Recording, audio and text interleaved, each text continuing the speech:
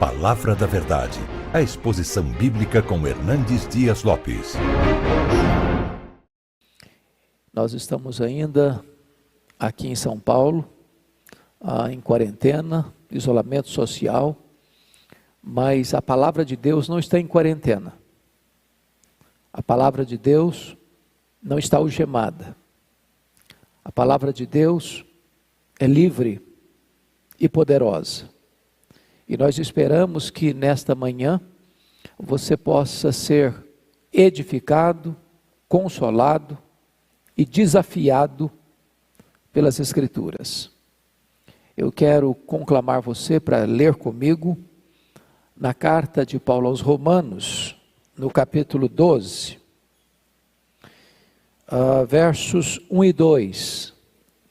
Eu não vou fazer propriamente dito uma exposição desse texto, mas eu quero considerar um assunto com você a partir desse texto. Então, abra sua Bíblia comigo aí em Romanos 12, versos de 1 a 2. O apóstolo Paulo diz assim: rogo-vos, pois, irmãos, pelas misericórdias de Deus, que apresenteis o vosso corpo por sacrifício vivo, santo e agradável a Deus, que é o vosso culto racional. E não vos conformeis com este século, mas transformai-vos pela renovação da vossa mente, para que experimenteis qual seja a boa, agradável e perfeita vontade de Deus. Bom, você sabe que a carta de Paulo aos Romanos é o grande tratado teológico escrito pelo apóstolo Paulo. Talvez o ponto culminante dos seus ensinamentos, da sua doutrinação, das verdades gloriosas do Evangelho. Esta carta tem sido extremamente influente na história da humanidade. Foi, por exemplo, um instrumento tão importante na conversão de Agostinho de Hipona, bem como na conversão de Martinho Lutero. Talvez ninguém conseguiu jamais expor toda a profundidade desta epístola, inspirada pelo Espírito Santo e escrita por este bandeirante do cristianismo, o apóstolo Paulo. Esta carta é dividida em duas partes principais. Dos capítulos 1 ao capítulo 11, é a parte doutrinária, onde Paulo aborda as grandes verdades do cristianismo: a depravação total do homem, a justificação pela fé e a nossa segurança em Cristo, em virtude da eleição, da vocação eficaz e também do selo do Espírito Santo em nós e a perseverança de Deus em nos guardar seguros. Mas a segunda parte desta epístola, dos capítulos 12 a 16, Paulo faz uma aplicação da doutrina. É a parte prática da epístola. E parece-nos que esta era a maneira de Paulo ensinar. Primeiro ele dava a base doutrinária, depois ele fazia a aplicação. Primeiro a teologia, depois a ética. Primeiro o credo, depois a conduta. Primeiro a base doutrinária, depois o comportamento que deva proceder deste ensino doutrinário. E Paulo, então, a partir do capítulo 12, vai resumir esta questão prática da vida cristã em virtude da doutrina recebida, deve se reverberar, refletir nos nossos relacionamentos. E Paulo aqui vai tratar de vários relacionamentos que decorrem desta verdade transformadora do Evangelho que nos alcançou e que nos transformou. O primeiro relacionamento, fruto de uma nova vida em Cristo, é o nosso relacionamento com Deus. E é isso que Paulo estabelece nos versos 1 e 2 do capítulo 12. Rogo-vos, pois, irmãos, veja você que esta preposição pois é uma espécie de elo de ligação entre o que Paulo ensinou até agora, dos capítulos 1 a 11, com o que ele vai agora estabelecer como norma de vida para os crentes. E ele diz: rogo-vos, pois, irmãos, pelas misericórdias de Deus, que apresenteis o vosso corpo por sacrifício vivo, santo e agradável a Deus, que é o vosso culto racional. Então você encontra aqui primeiro uma apresentação, que vos apresenteis. Depois você, no verso 2, encontra uma inconformação, e não vos conformeis com este século. E depois você encontra uma transformação, para que, mas transformai-vos pela renovação da vossa mente, para que experimenteis qual seja a boa, agradável e perfeita vontade de Deus. Como é que você se relaciona com Deus? É quando você entrega sua vida, seu corpo. É quando você, vivendo neste mundo, caído, posto no maligno, não entra na forma deste mundo, não assume como um camaleão a cor deste mundo. É quando você está no mundo, mas não é do mundo. É quando você vive como cidadão da terra, mas governado pelas leis do céu, porque também é um cidadão do céu. É quando você pauta a sua vida, não pela ética relativa e situacional pregada pelo mundo, mas quando você pauta a sua vida pelos absolutos de Deus, exarados na sua palavra. E então Paulo diz que quando você desta maneira age, você vai sendo transformado pela renovação da sua mente, para que você experimente qual seja a boa, agradável e perfeita vontade de Deus.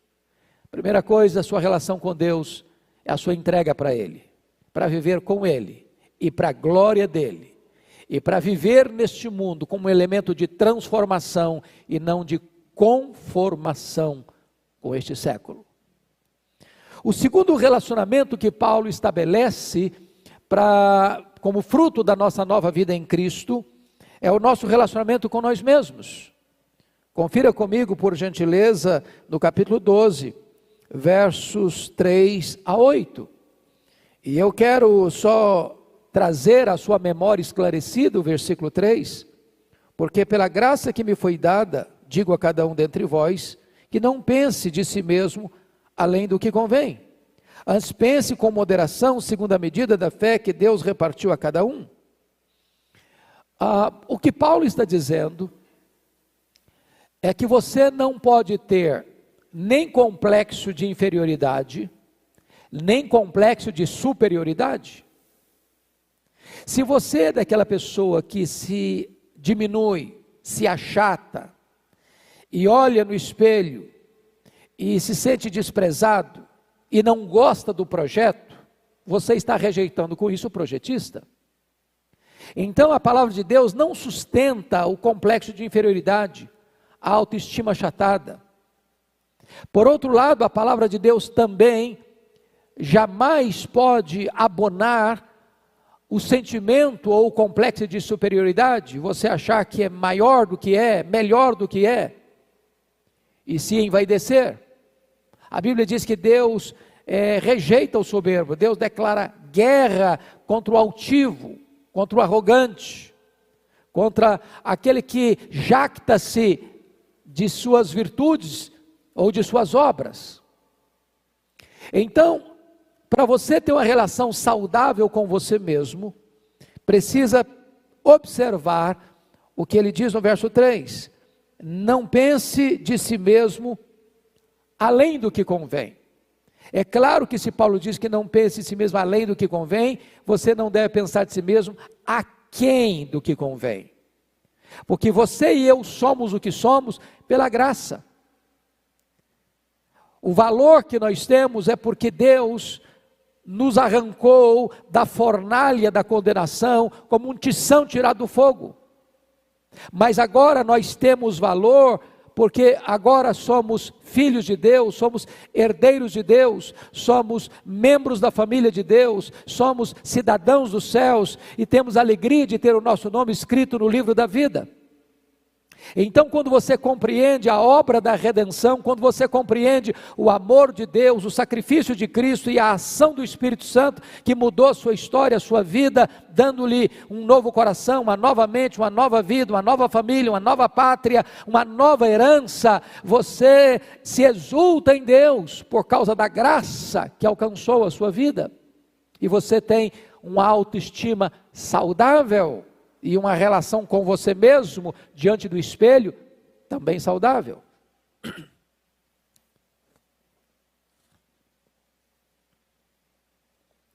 Terceiro relacionamento que Paulo estabelece para nós, como fruto da nossa conversão, da obra de Deus em nós, retratado nos capítulos 1 a 11, é o nosso relacionamento com os nossos irmãos. E agora Paulo está falando os nossos irmãos em Cristo, o nosso convívio como família de Deus. E isso está bem expresso nos versos 9 até o verso de número 16, do capítulo 12. E ele trata da necessidade do amor. O amor seja sem hipocrisia. O que significa isso? É que Deus não quer apenas o discurso do amor, Deus quer a prática do amor.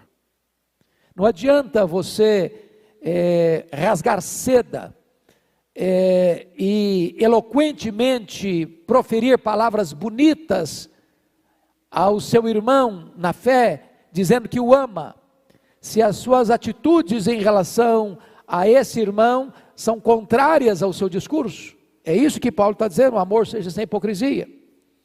Mas quando chega no versículo 10, ele diz: amai-vos cordialmente uns aos outros, com amor fraternal.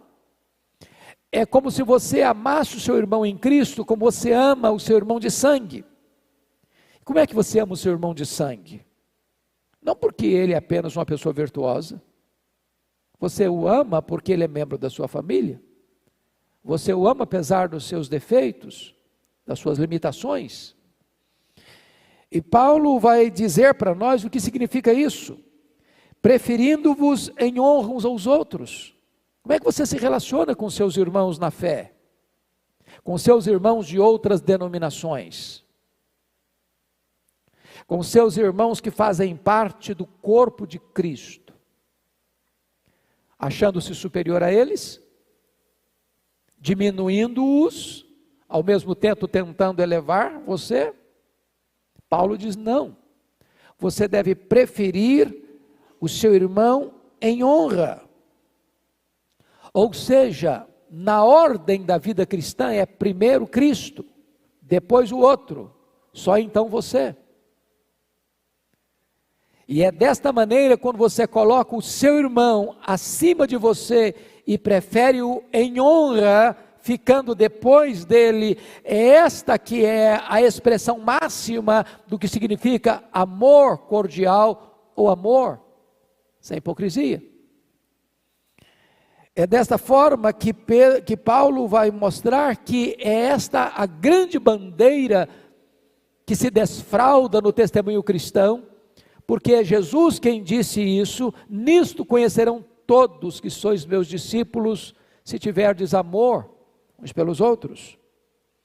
Mas ainda no versículo 13, o apóstolo Paulo retrata uma outra expressão desse amor, quando ele diz: compartilhai as necessidades dos santos, praticai a hospitalidade. Ou seja, como é que eu me relaciono com os meus irmãos na fé? É quando eu, tendo a oportunidade de socorrer o meu irmão que está passando uma necessidade, o faço sem detença. Eu acho que vocês já ouviram, e nós estamos reiterando aqui o apelo que o pastor Arival tem feito nos cultos aqui na Escola Bíblica Dominical e pelas redes sociais, para que nós nos unamos, por exemplo, nesta época de pandemia que assola a nação brasileira, que desidrata a economia do país, tantas pessoas desempregadas, tantos empresários fechando as portas da sua empresa, sem perspectiva de retornar, que nós sejamos solidários em socorrer os nossos irmãos que estão precisando de um socorro imediato. E eu volto a reiterar este apelo de que você que tem recursos, e você que pode, você que é sensível a este apelo, que você nos ajude a ajudar as pessoas necessitadas, porque está escrito aqui que nós precisamos compartilhar as necessidades dos santos.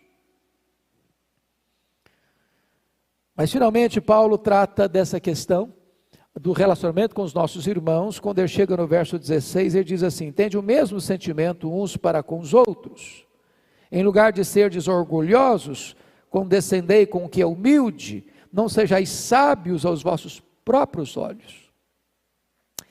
Talvez a maneira mais vergonhosa de eu me exaltar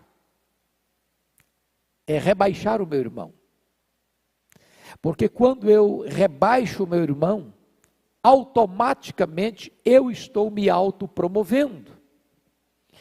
E Paulo, sabendo de que o nosso coração enganoso, tendencioso para o orgulho, põe o machado da verdade na raiz deste perigo e diz: tende o mesmo sentimento uns para com os outros, em lugar de serdes orgulhosos, condescendei com o que é humilde.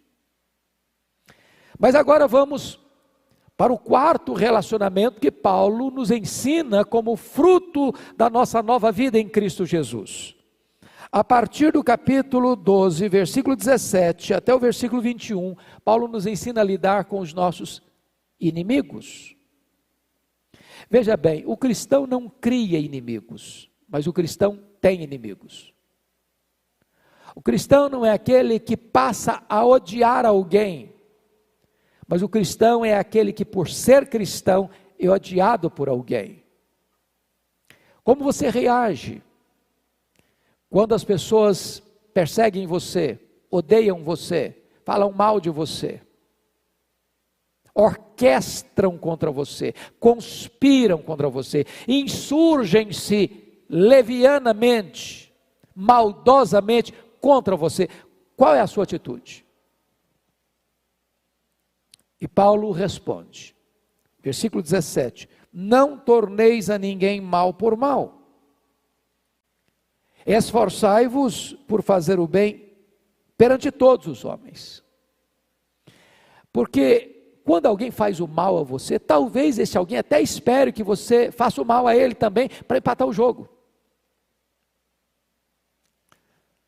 Ele fala mal de você, você fala mal dele, ele critica você, você também critica ele, ele persegue você, você também persegue a ele. E quando você entra nesse jogo da retribuição, da vingança, do dar o troco, do pagar com a mesma moeda, do devolver com a mesma força, você se nivelou ao seu inimigo. Então o apóstolo Paulo nos ensina aqui que o caminho não é esse, mas é nos esforçarmos por fazer o bem perante todos os homens. E fazer o bem exige um esforço redobrado, porque o ímpeto do nosso coração, ou talvez o desejo da nossa carne, é pagar na mesma moeda. É por isso que, para você lidar com o seu inimigo, você precisa ter autodisciplina. No versículo 18 ele diz: se possível, quanto depender de vós, tende paz com todos os homens. E é claro que Paulo aqui, ao falar, se possível, quanto depender de vós, tende paz com todos os homens, a hora de não ter paz é quando a verdade de Deus está sendo sacrificada, quando o evangelho está sendo comprometido, quando os absolutos do reino de Deus estão colocados em jogo, e então nessa hora, você se levanta para defender princípios e valores. É por isso que o mundo odeia a igreja. Porque o mundo quer que a igreja se conforme com ele.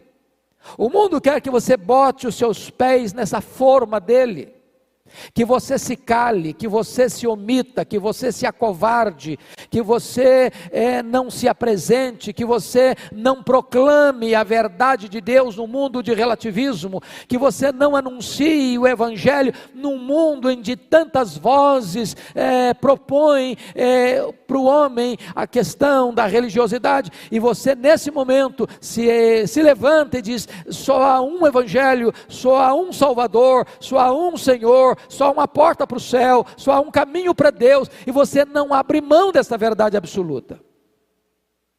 Mas ainda, o apóstolo Paulo vai dizer no versículo 19: não vos vingueis a vós mesmos, amados, mas dai lugar à ira, porque está escrito: a mim me pertence a vingança, eu é que retribuirei, diz o Senhor.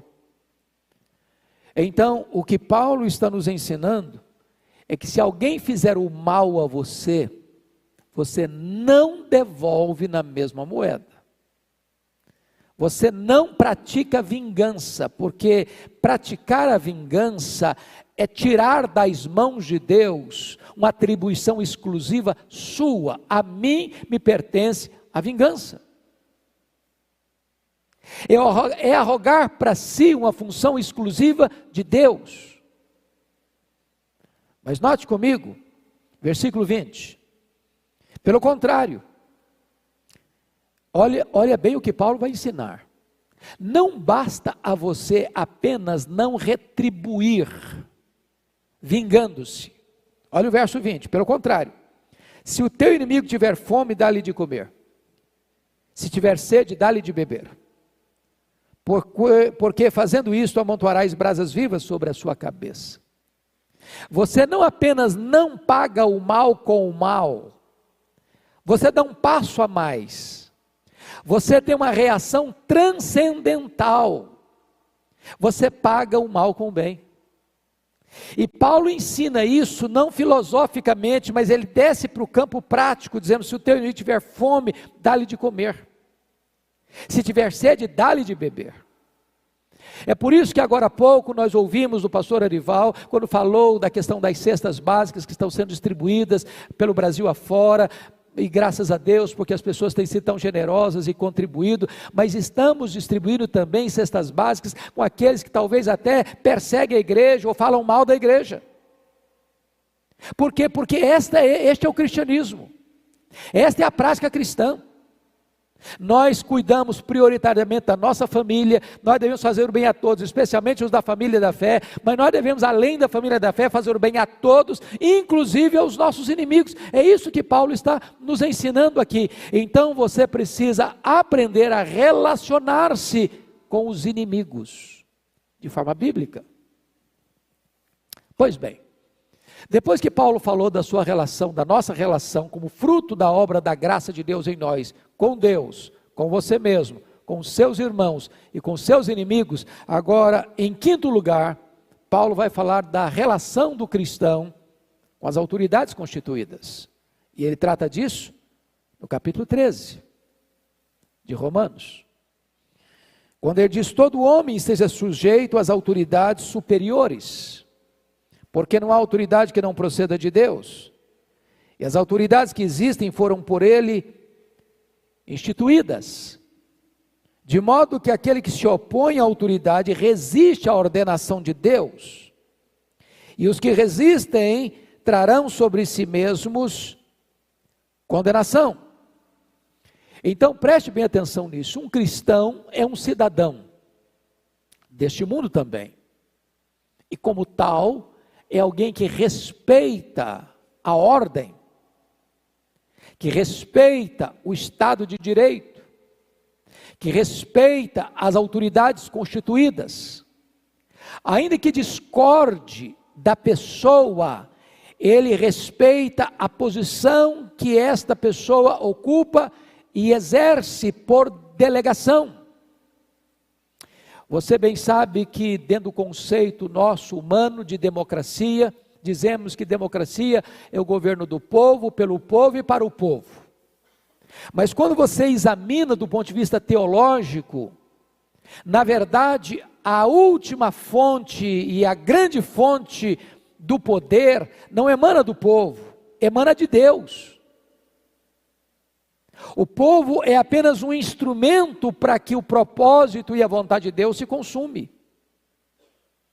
Todo governante precisava entender isso, que ele governa debaixo do governo maior de Deus. Quem constitui é Deus, quem coloca no trono é Deus, quem tira do trono é Deus. Deus pode até usar e usa o povo como seu instrumento, mas finalmente quem é o supremo governante do universo, quem está sentado na sala do trono é Deus.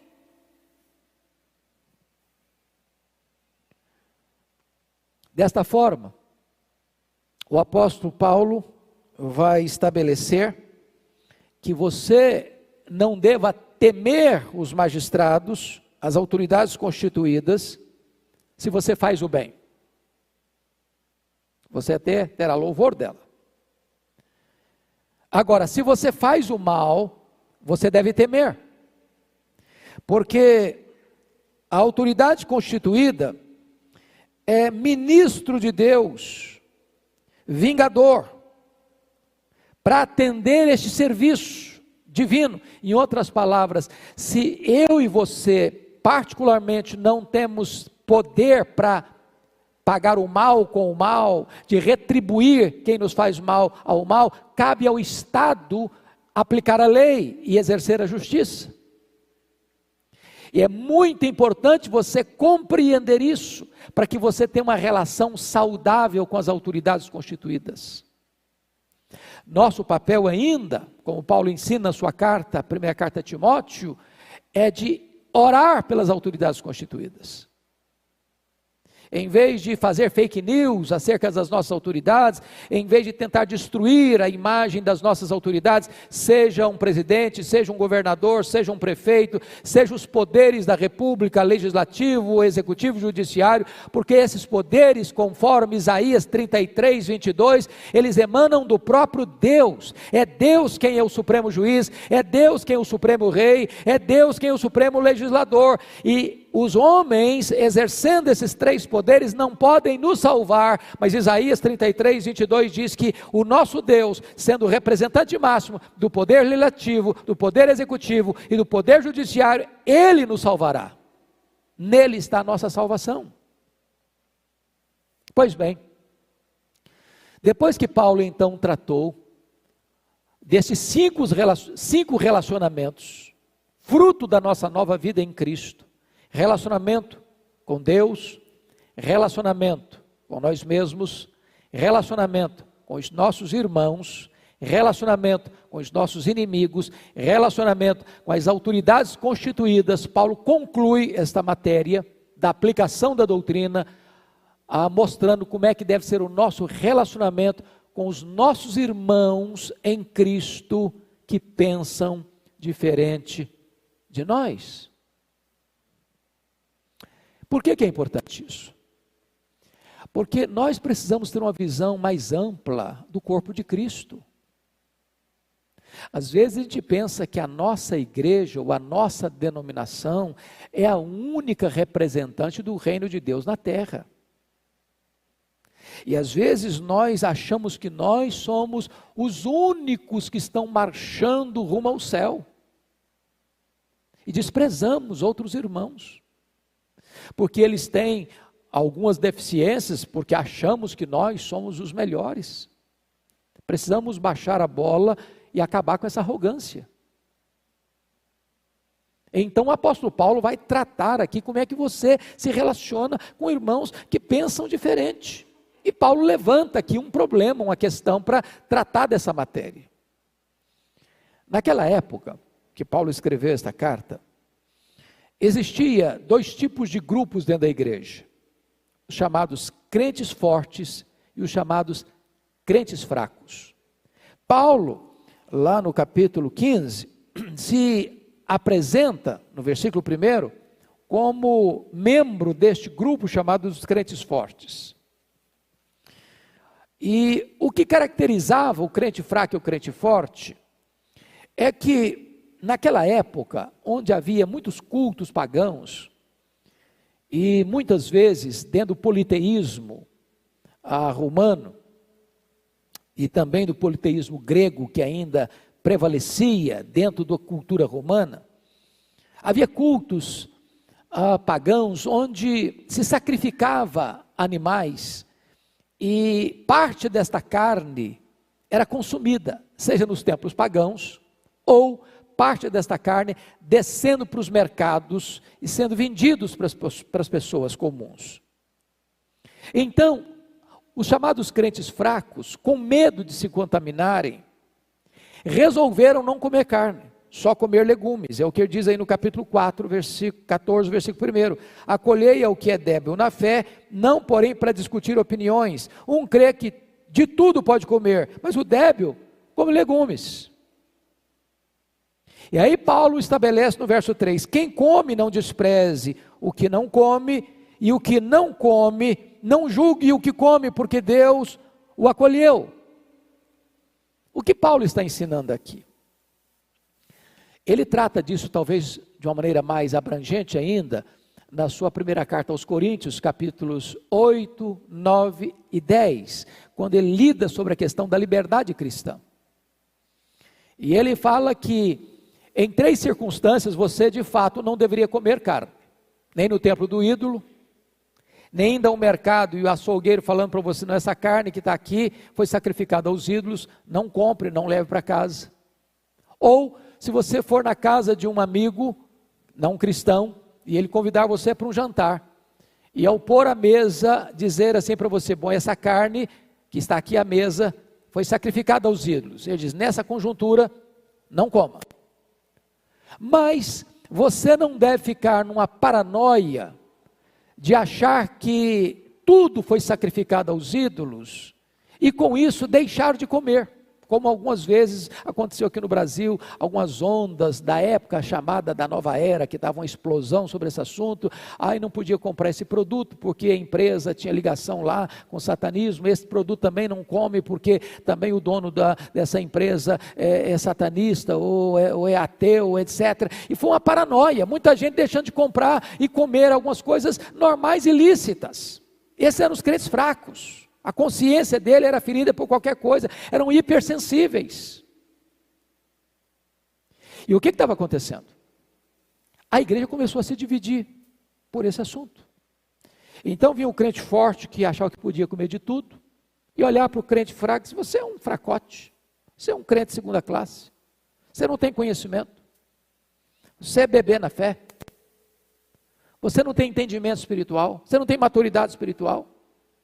Você está aqui no escabelo dos meus pés, não entende as coisas, não conhece Bíblia, não conhece teologia, não conhece doutrina, e desprezava o crente fraco.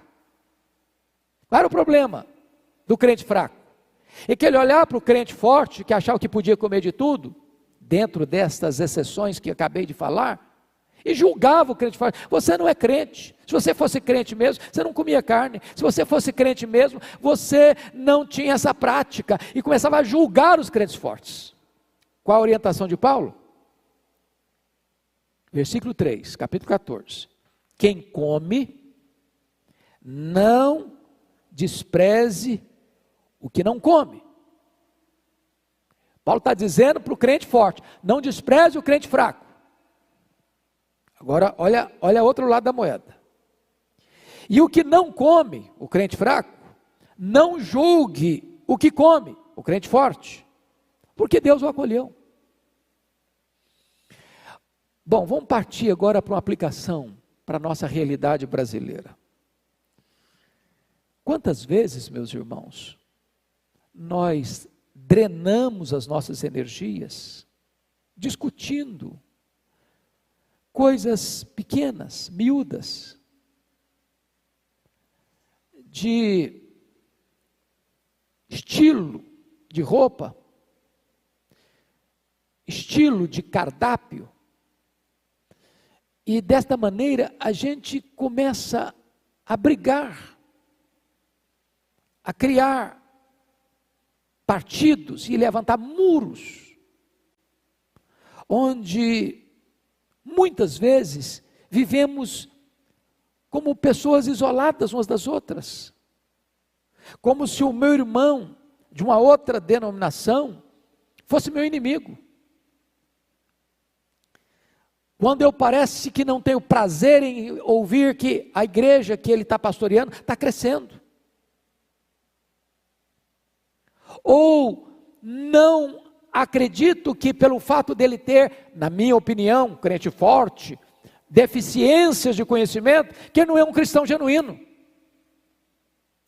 E desta maneira, os crentes, em vez de viverem em comunhão e unidade, para que o mundo creia, tantas vezes vivem brigando, se digladiando, entrando em conflito, entrando em guerra, entrando em discussões inócuas, inoportunas e tantas vezes trazendo prejuízos ao reino de Deus. Como é que Paulo lida com isso? Olha o que ele diz, versículo 5. Vamos pegar no versículo 4 primeiro. Quem és tu que julgas o servo alheio? Para o seu próprio Senhor está em pé ou cai, mas estará em pé porque o Senhor é poderoso para o suster. Versículo 5. Um faz diferença entre dia e dia, outro julga iguais todos os dias. Cada um tem opinião bem definida em sua própria mente. Quem distingue entre dia e dia para o Senhor o faz, e quem come para o Senhor come, porque dá graças a Deus, e quem não come para o Senhor não come, dá graças a Deus. O que Paulo está dizendo é o seguinte: se você acha que não deve comer carne, ok, você está fazendo isso e dando graças a Deus, porque você não come carne, e você acha que come carne, eu como carne, bom, você come carne e dá graças a Deus que come carne, então você faz uma coisa e outra para Deus, para a glória de Deus. Ambos são crentes, ambos são servos de Deus, uns com deficiência, outros com menos deficiência, mas é hora de nós aprendermos a lidar com os irmãos que pensam diferente de nós, para acolhê-los, em vez de rejeitá-los. Como é que Paulo lida com isso então, para fechar esse argumento? Olha comigo, versículos 7 e 8. Porque nenhum de nós vive para si mesmo, nem morre para si mesmo. Porque se vivemos para o Senhor vivemos, se morremos para o Senhor morremos, quer pois vivamos, quer pois morramos, nós somos do Senhor. Então Paulo exorta no verso de número 10, tu porém, por que julgas a teu irmão? E tu, por que desprezas o teu? Ele está falando para crente, preste atenção, ele está falando para o crente fraco, que julga, está falando para o crente forte, que despreza. Então ele diz assim, tu porém, por que julgas a teu irmão? E tu, por que desprezas o teu? Pois todos compareceremos perante o tribunal de Deus. E ele diz no verso 12, assim pois, cada um de nós dará contas de si mesmo a Deus. Então, Paulo está mostrando o seguinte, em vez de a gente ficar discutindo opiniões dentro da igreja, dividindo a igreja, machucando pessoas, julgando uns, desprezando outros, nós deveríamos ter uma postura de acolher, conforme o verso 1, acolhei ao que é débil na fé, não porém para discutir opiniões. Sabe o que Paulo está dizendo aqui? Aquele que é o crente forte tem maior responsabilidade. Qual a maior responsabilidade dele? Acolher o fraco, não para discutir opiniões. E olhe o conselho de Paulo final no verso 13. Não nos julguemos mais uns aos outros, pelo contrário, tomai o propósito de não pôr de tropeço ou escândalo ao vosso irmão. Ele vai dizer no verso 15, se por causa de comida o teu irmão se entristece, já não anda segundo o amor fraternal. Por causa da tua comida, não faças perecer aquele a favor de quem Cristo morreu. E ele prossegue o argumento no verso 19, assim pois seguimos as coisas da paz e também as da edificação de uns para com os outros. E Paulo é contundente no verso 20, não destruas a obra de Deus por causa da comida, Todas as coisas, na verdade, são limpas, mas é mal para o homem comer com escândalo. É bom não comer carne, nem beber vinho, nem fazer qualquer outra coisa com que teu irmão venha a tropeçar, ou se ofender, ou se enfraquecer. E ele diz, fechando o argumento no verso 23, mas aquele que tem dúvidas é condenado a se comer, porque o que faz não procede de fé, e tudo que não provém de fé é pecado. O que Paulo está dizendo? Se você não tem a compreensão, e você se sente agredido na sua consciência de fazer algo, não faça, para agradar alguém, não faça. É isso que Paulo está dizendo. Está falando para os crentes fracos aqui, aqueles chamados crentes fracos. Se você acha que não deva comer, não faça isso para agradar ninguém. Se você não faz por fé, se você não faz por convicção, se você não faz porque você acha que não deva fazer, não faça. Porque o que não provém de fé é pecado. Então, eu quero concluir este estudo, levando você ao capítulo 15. No versículo 1, Paulo diz assim, ora nós que somos fortes, e aí ele se apresenta como fazendo parte deste time que se chama forte.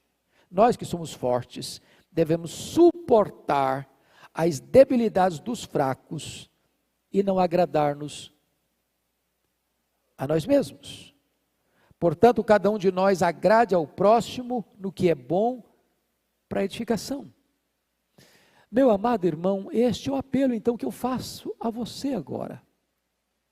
Se você entende que você tem mais conhecimento que seu irmão, se você entende que a sua denominação, ela tem um nível de conhecimento maior do que o conhecimento de outros irmãos de outras denominações, não os despreze, acolha-os, não para discutir opiniões.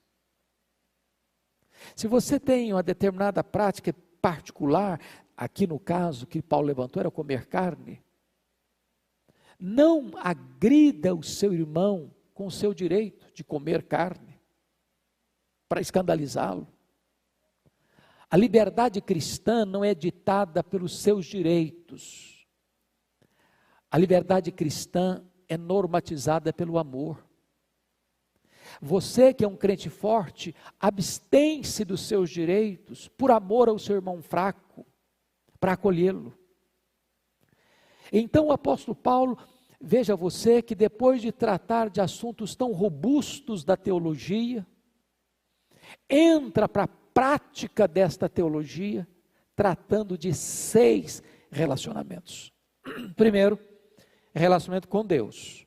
Segundo, relacionamento com você mesmo.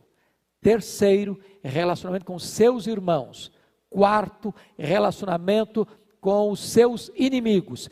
Quinto, relacionamento com as autoridades constituídas. E sexto, relacionamento com os seus irmãos que pensam diferente de você. Que Deus nos ajude a viver a doutrina. E viver a verdadeira doutrina é termos relacionamentos saudáveis com Deus, com nós mesmos, com o nosso irmão, com aqueles que nos perseguem, com as autoridades constituídas e com os irmãos nossos que pensam diferente de nós. Que Deus abençoe você, que Deus guarde você, que Deus edifique o seu coração, que Deus sustente a sua vida. Amém. Palavra da Verdade, a exposição bíblica com Hernandes Dias Lopes.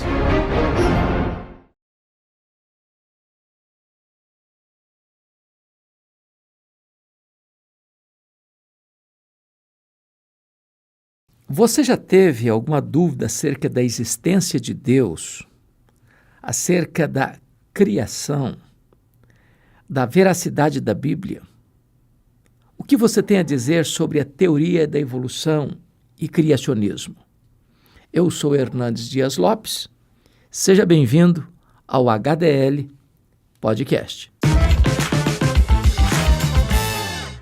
Muito bem, nós estamos começando o nosso podcast HDL Podcast e com a honra de receber hoje um dos mais conceituados cientistas do Brasil, Dr. Marcos Nogueira Eberlin. Que privilégio recebê-lo aqui hoje. Privilégio imenso e todo meu, reverendo. Nós temos seguido seu trabalho no Brasil e quando recebi esse convite, né, minha esposa falou assim, você vai no podcast do reverendo Hernandes Dias Lopes? Eu falei, sim. Eita, ela só não sabe que é a estreia. É estreia, mano. Uau, sensacional, um privilégio, uma honra imensa. Agradeço essa oportunidade de... Espero que seja o primeiro de uma série, viu? Amém. Porque o assunto que vamos tratar aqui hoje não dá para esgotar num podcast só, né? Você teve recentemente com a equipe lá no Inteligência Limitada e foi recorde de tempo. Foram quantas horas ininterruptas? 10 horas e 45 minutos, pastor. Hoje não vamos ser tanto tempo assim não, tá? Olha, fiquei com uma lista imensa de assuntos que eu não consegui discutir ainda. Com o Pirula, o Sacani, o Jaime. Foi épico. E é o maior podcast na história do YouTube mundial. Olha isso. De um debate. Olha isso, olha isso. Ô Marcos, me permita chamar de Marcos para ficar mais informal, né? Quando que você teve esse despertamento, esse interesse para estudar química, já que você é um bacharel, um doutor, um pós-doutor nesta área? Como é que começou essa história na sua vida? Pastor, eu digo que Deus guia os nossos passos. Inclusive, Ele escolhe a carreira que a gente deve seguir. Eu queria fazer computação, mas eu fui com meu primo para praia aqui em Ubatuba e estava lá de boa, né? Aí quando eu cheguei em Campinas, falei, agora eu vou fazer o meu vestibulando para o curso técnico de computação. Liguei para lá e ele falou assim, tá fechado. O único que está aberto ainda é o de química. Falei, química é legal, vou lá. E entrei no curso técnico aqui em Campinas, no Coticap na época. E comecei com a química. E descobri que Deus realmente me colocou na área certa, porque tudo é química, e a química é tudo. Olha isso. Praticamente tudo na ciência gira em torno de átomos, moléculas, bioquímica, biologia, química. Cosmologia é um processo químico, o universo é químico, ele se estrutura quimicamente. Então Deus me guiou, eu entrei na química com propósito. Acho que eu sempre falo, a evolução espera que você não saiba química. Tem que ter muito evolucionista, né, pastor? Fora e dentro das nossas igrejas. Então, pessoal, olha, se você sabe química como eu, que Deus me deu esse privilégio de saber, ninguém compra a evolução. Interessante. E você fez o seu bacharelado aqui, depois o seu doutorado aqui em Campinas, e depois disso você foi para fora?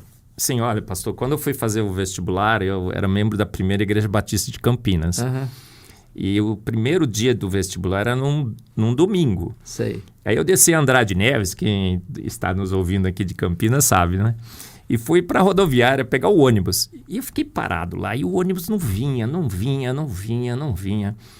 De repente, eu percebi que já era quase meio-dia e o vestibular era na Unicamp, que demora pelo menos uns 40 minutos para chegar lá. Falei, desisti, vou embora para casa. Perdi o vestibular. De repente, para um rapaz do meu lado, que eu não sei quem seria até hoje, e diz assim, você vai para o vestibular da Unicamp? Eu falei, sim, vou. Você está esperando aqui o ônibus? Eu falei, mas parece que não passa mais. Ele falou, realmente, não passa mais o ônibus aqui. E ele falou assim, olha, vamos junto comigo para o vestibular de táxi? Eu falei, rapaz, eu não tenho dinheiro. Eu tinha um trocadinho ali para pagar o ônibus. Ele falou, não, eu pago. Aí, de repente, apareceu um táxi. Ele falou, para, táxi. Fomos para a Unicamp. Pastor, sabe aquelas entrevistas que eles fazem daqueles sujeitos que quase perdem o vestibular, que entra o portão fecha? Fechou. Chegamos na Unicamp, ele falou, corre, aquele portão lá. Fechou o portão. Olha isso. Deus mandou um anjo, não foi? Que coisa linda. E aí, chegou no outro dia, eu acordei e falei assim, eu tinha feito a prova de português, e inglês. Português eu detestava, até hoje detesto. Porque não tem regra, né? É uma aula de regra em 15 de sessões. Eu não gostava, minha mente é cartesiana. Mas vou te dizer que 95% da população brasileira não fala corretamente português, então fica tranquilo. Não sabe nem... A gente fala, vai ir, eu vou ir, né? Ao invés de falar, irei, né? Aí eu peguei e falei assim, vou trabalhar na Ródia, que eu trabalhava na Ródia na época. Cheguei lá, estava trabalhando, 11 horas, chega o meu chefe, Luiz Carlos Gerês, um italianão. Marcos, o que você está fazendo aqui? Eu falei, estou trabalhando, Gerês. Ele falou, você não ia fazer o vestibular? Eu falei, como é que você sabe, Gerês? Eu não contei para o meu chefe, né? A gente não contava para o chefe que ia fazer o vestibular, né? Ele, estou sabendo. Mas por que você não foi fazer? Porque é muito importante para você, não sei o quê. Eu falei, Gerês, não dá nem para eu chegar na Unicamp mais. Esquece. Ele volta para a sala dele, reverendo. E chega nas minhas costas, bate de novo. Olha, tá aqui a chave do meu carro. Olha isso. Outro anjo, né, pastor? Aí eu olhei assim, reverendo, ele tinha um Dodge, era um Dodginho, uma coisa mais linda do mundo. Pensa num carro. Era o Jaguar de hoje. Aí eu chego na Unicamp dirigindo o meu Jaguar. Não tinha ninguém tinha carro naquela época. Eu parecia o filho do Elon Musk chegando lá. E entrei em química. Olha como que Deus dirige. Me colocou na melhor área, espectrometria de massas. Eu conto nos meus livros, né, os milagres que Deus fez para que eu me tornasse um químico. Fala em livros, você tem vários livros publicados e muitos artigos publicados nas mais importantes revistas de ciência do Brasil e do mundo. Como é que foi isso, seu gosto também para escrever e compartilhar o seu conhecimento? Olha, comecei, pastor, trabalhando com espectrometria de massas, que é uma área em ciências que, quando eu comecei a trabalhar, era o patinho feio da ciência. Ninguém queria fazer espectrometria de massas, que era uma área extremamente limitada. Mas Deus dirigindo de novo. Quando eu começo a trabalhar com espectrometria de massas, passa alguns anos, há uma revolução na área. E um dos grandes cientistas que fez essa revolução ganhou um prêmio Nobel, John Fein. E o patinho feio se transforma num lindo cisne. Olha isso. E eu começo a trabalhar no Brasil e era praticamente eu, sozinho. Eu comigo mesmo. Olha isso. E tive a oportunidade, então, de criar um grande laboratório aqui na Unicamp. Foram 25 anos atuando. Eu tinha lá os melhores equipamentos do mundo. E publiquei, olha, é um milagre. São mais de quase 1.200 artigos. Que isso? Fantástico. Eu acho que só perco por número de livros que o senhor escreveu, pastor. Eu só perco por Hernandes com os livros, né? 1.200, pastor. Isso é um milagre. Fantástico. Olha, eu não conheço nenhum cientista brasileiro que tenha publicado mais que 1.200 artigos. Espetáculo. É Deus guiando, porque eu não faria isso, né? Eu sou... pó, e ao pó voltarei. Eu digo que eu sou apenas um rapaz latino-americano. Conhece a música, pastor? Conheço. Sem parentes importantes, sem dinheiro no banco e vindo da zona de transição. Porque Campinas, né, deve ter muito campineiro aqui, né? Todo mundo sabe que Campinas não é interior, é zona de transição. Vamos deixar bem estabelecido aqui, né? E você não é torcedor da macaca, hein? Macaca querida. Amor ágape, sem recompensas, né, pastor? Mas um dia você vai ser campeão, pode ficar tranquilo. Mas o meu primo acaba de ganhar um título pela Ponte Preta. É o Sério? Marco Antônio Eberlin, né? Que eles falam um pouquinho diferente. Ele ganhou. Foi campeão da segunda divisão do Campeonato Paulista. Já é alguma coisa. Mas, Marcos, eu escutei há pouco tempo uma mãe dizer assim, uma pessoa que eu conheço. Olha, meus filhos agora entraram na universidade. Eles cresceram. Eles não acreditam mais nessas histórias da carochinha que a Bíblia ensina, Adão e Eva, dilúvio. Como é que é esse negócio de você ser um cientista hoje, graças a Deus, tão reconhecido e ser crente ao mesmo tempo? A Bíblia e a ciência coexistem? Reverendo, não só coexistem, mas tem um casamento, uma harmonia perfeita. Eu tenho um podcast, é o terceiro melhor do Brasil, né?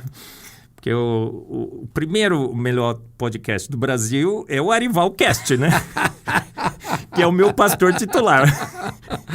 O segundo melhor podcast... Eu vou concorrer com ele agora. O segundo melhor é o HDL. Pronto. E o terceiro é o meu, né? Claro. É a Bíblia e a Ciência. É um podcast em que um cientista ousa anunciar que é a Bíblia que tem autoridade sobre a ciência e não a ciência sobre a Bíblia.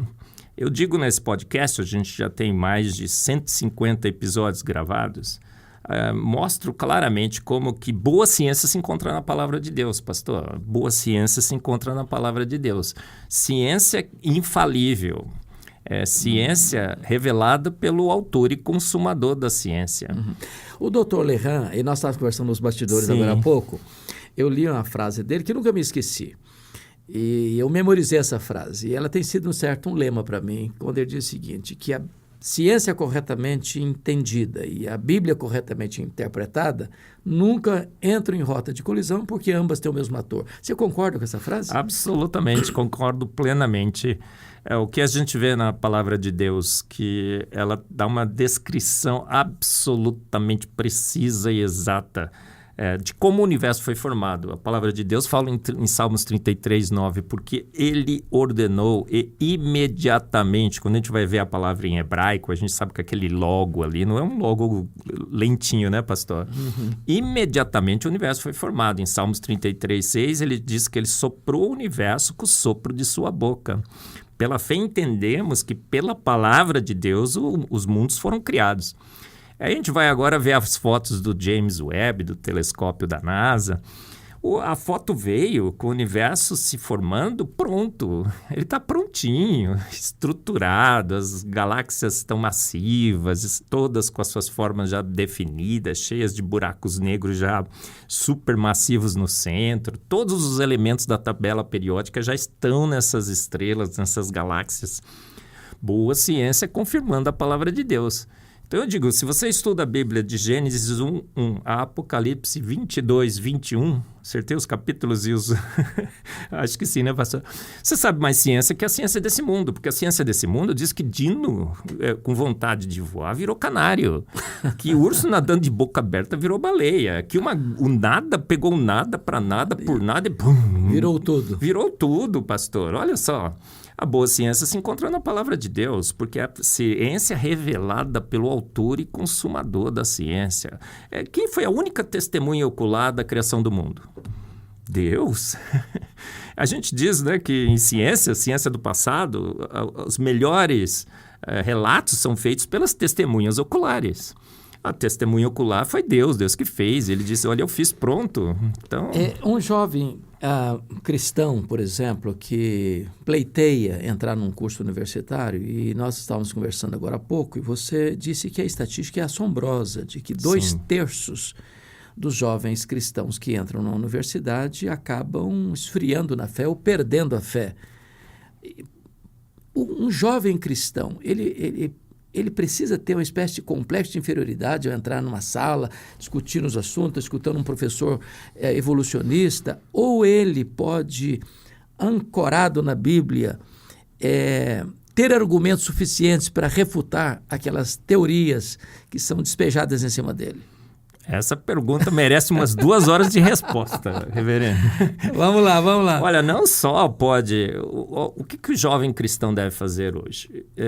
Normalmente, eu digo que as universidades se tornaram na catedral do naturalismo. E elas estão prontas para doutrinar os nossos filhos. Elas foram treinadas para doutrinar as gerações ali. E estão esperando os filhos dos cristãos chegarem lá. E se você já não é cristão, você só vai ser fortalecido o seu ateísmo. Mas se você é cristão, o professor de biologia chega na sala, reverendo, e fala assim, quem ainda aqui ousa crer em Deus? Porque a minha missão nesse semestre é desconstruir a sua fé em Deus. Está parecendo o filme Deus Não Está Morto? Exatamente. Eu não tenho dúvida nenhuma que as universidades hoje se tornaram centros de catequização no naturalismo. E os nossos jovens estão entrando lá totalmente despreparados. E quando eles são intimidados por essas declarações, eles se recuam Eles perdem a coragem. Mas o que o jovem cristão tem que fazer? Ele tem que levantar a voz, tem que encher o peito e falar assim, quando o professor perguntar assim, ó, quem ainda tem a coragem de crer em Deus, você levanta o seu braço, viu, jovens, todos que estão nos ouvindo, fala, eu, professor. Olha, na realidade eu nem creio em Deus. Eu não creio em Deus, professor. Eu tenho certeza absoluta que ele existe.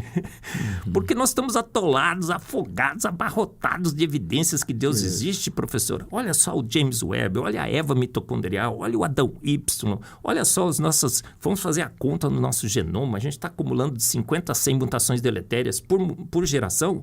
Fomos calcular o número de mutações deletérias, professor. Deu 6.000 anos. Como é que o senhor explica isso? Como é que o senhor explica a foto do James Webb com o universo pronto? Então, garotada, você está com a arma na mão. A gente só precisa treinar um pouco melhor os nossos jovens, pastor.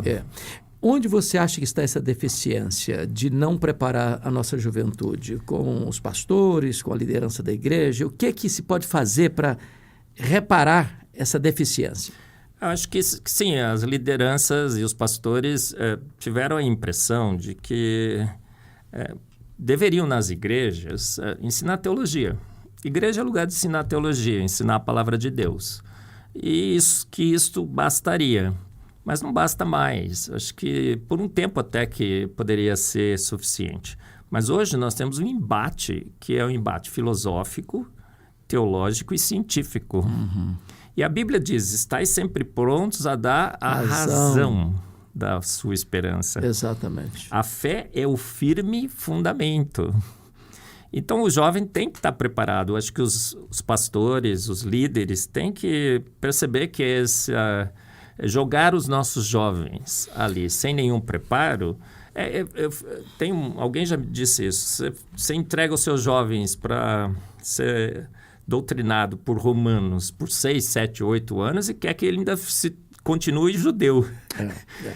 Há uma questão muito complexa hoje, por exemplo, nos seminários, alguns seminários até tomados pelo liberalismo, dizem que Gênesis 1, 2 e 3 é uma metáfora, que não é um registro histórico e que Adão e Eva não existiram. Que resposta você daria a uma colocação dessa? É péssima teologia, com péssima filosofia, com péssima ciência, pronto. Pastor. Meu sangue ucraniano e russo e alemão, quando o senhor faz essa pergunta, ele entra em ebulição. Eu sou Pedro, eu quero ter uma espada aí para cortar a orelha de quem falou, cortar a língua, né? De quem falou isso, pastor? Olha, Adão. Nós descobrimos o Adão Y, pastor. Descobrimos a Eva mitocondrial. Troque em miúdos, Eva mitocondrial. Olha, a gente tem na célula uma organela que chama mitocôndria. Ok. E dentro dessa organela, como ela é tão importante, ela não poderia esperar a informação vir toda do núcleo. Então, ela tem o seu próprio DNA. Ok. É um software ali, né? Uhum. E agora, com o genoma humano, porque Deus guia a ciência, Deus é o autor e consumador da ciência, quando ele precisa de novas tecnologias, ele levanta alguém na ciência para descobrir, normalmente são cristãos, porque 90% dos ganhadores de prêmios Nobel são cristãos. Olha isso. Foram isso. É mesmo? Isso é um fato histórico. 67% de cristãos, 22% de judeus, que a gente não pode dizer que são cristãos, mas são crentes em Deus. Tem muito judeu messiânico agora também, claro, né? Claro. Então, mas estão fundamentados no Antigo Testamento. Isso. Aí fomos sequenciar esse DNAzinho, que está só na mitocôndria. Como ele é pequeno e a gente só ganha da mãe, porque quando o espermatozoide vem, esse DNA é da mitocôndria da mãe, o espermatozoide não traz o DNA da mitocôndria do pai, só usa o da mãe, é mais fácil de sequenciar. E fomos sequenciar para milhares e milhares de pessoas na Terra, saíram vários artigos na Nature e na Science. Descobrimos que todos nós viemos da mesma mulher. Olha isso. Que habitou a Terra há 6.000 anos. E qual a região da Terra, pastor? Nordeste da África. Viu alguma semelhança com a palavra de Deus? Absurdamente sensacional, 100%. Por que chamaram de Eva mitocondrial? Porque não tinha outro nome para dar. Bateu com... A analogia é tão evidente. Fizeram a mesma coisa com o cromossomo Y no núcleo, que a gente só ganha do pai. Descobrimos que todos nós viemos do mesmo homem que habitou a Terra há 6.000 anos no nordeste da África. Por isso que eu digo que a Bíblia está sendo absurdamente confirmada pela ciência moderna. Quando um darwinista disse que nós viemos, por exemplo, dos símios, porque há muita semelhança lá do DNA do macaco com o homem, algumas pessoas ainda sustentam essa chamada teoria. Que resposta você daria para uma pessoa dessa? Assiste meu podcast. Chimpa teu mano. Pastor, eu acabei de... Estava em Portugal, em Porto, aí eu tinha que preparar uma palestra lá e eu fiz um upgrade dessa palestra. Você pode encontrar no meu canal no YouTube. Foi sensacional ver como Portugal está voltando a Cristo. É verdade. Muitas igrejas. É verdade, muitas igrejas. Eu tive lá este ano e já visto isso. E aí no podcast eu falo, olha, são inúmeras evidências científicas mostrando que chimpanzé sempre foi chimpanzé, homem sempre foi homem, e Jane sempre foi Jane, Tarzan sempre foi Tarzan, Cheetah sempre foi Cheetah nessa terra. Assistiu o filme, né? Assisti. E por quê? Porque a gente foi comparar o nosso genoma, diz que a gente era só 1% diferente. E descobrimos que aquilo lá foi tudo manipulado. Só de comprimento, o nosso genoma, o genoma dos chimpanzés é 4,7% maior. Como é que a gente pode ser só 1% diferente? Tiraram 43% da informação genética da comparação, que era a parte que era mais diferente. Isso é manipular dados, isso é totalmente anticientífico. Ok. Mas quando foram fazer a comparação certa, nós somos 33% diferentes no genoma. Isso dá 1 bilhão de pares de bases. Olha nós somos isso. 80% diferentes em proteínas, nós somos 67% diferentes nos nossos telômeros, nós somos 100% diferentes no cromossomo Y. A falha e raciocínio dos seres humanos excedem em ordens e ordens de grandeza os chimpanzés. Chimpanzé nunca falou uma palavra, pelo menos banana ele deveria ter falado, né, pastor? Eu tenho um amigo que falou que aprendeu inglês para ir para os Estados Unidos. Eu falei, aprendeu inglês? Que palavra que você aprendeu? O que você aprendeu? Uma só palavra. Eu falei, que palavra é essa? Ele falou, beer. Cerveja. Porque o resto... Bom, o chimpanzé devia falar pelo menos banana. Nunca falou. Nosso cérebro é 4 vezes maior. Nós somos 2 vezes mais altos. Nós transpiramos pela pele desnuda, eles transpiram só pelos pelos. Se colocar um chimpanzé no Rio 40 graus, paraíso tropical, pronto, ele morre de estresse térmico. Então descansa em paz, não há a menor chance. E aí o pessoal conta nas nossas igrejas que Deus pegou lá um hominídeo entre 10.000. Conhece essa história, né, pastor? E escolheu lá, soprou nele não sei o quê, porque fôlego da vida não foi. Foi o Imago Dei. Todas aquelas peripécias que eles fazem para tentar acomodar a evolução com a Bíblia.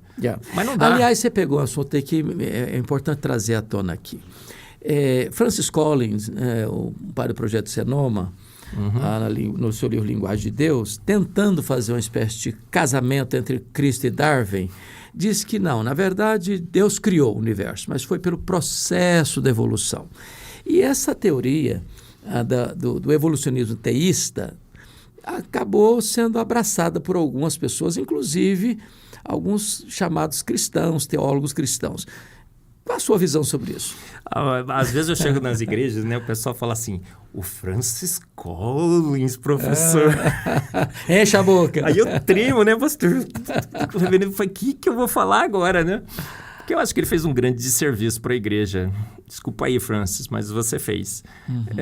Tentando casar Deus com Darwin. São incasáveis. São temas totalmente opostos. Não há a menor chance de você casar Darwin com Deus. Porque Darwin... Olha, quando que você casa Darwin com Deus, você mata a evolução e mata Deus. Porque a evolução é um processo não guiado. Como é que você pode pôr um guia para guiar um processo não guiado? É totalmente inconsistente e incoerente. Deus é que nem o cara do Bamerindos, né, pastor? Lembra da propaganda? Eu não tinha nascido ainda, não. Fala. Da mesma geração, hein? Eu sei.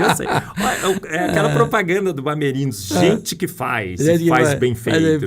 Deus não é o Deus do devagarinho, pastor. Deus, Jesus, quando falou para Lázaro sai para fora, quanto tempo demorou, pastor? Cara, é na hora. Por que ele falou Lázaro sai para fora? Porque se ele falasse sai para fora, saía todo mundo. A palavra de Deus tem poder e o poder e a ação é imediata. Deus não é o Deus do devagarinho. Deus fez pronto pelo poder único exclusivo da sua palavra. Então esse casamento que o Francis Collins tentou fazer é totalmente espúrio. Espúrio. Espúrio. Concubinato espúrio. Não há possibilidade alguma. É casar luz com trevas. É fazer solução de água e óleo.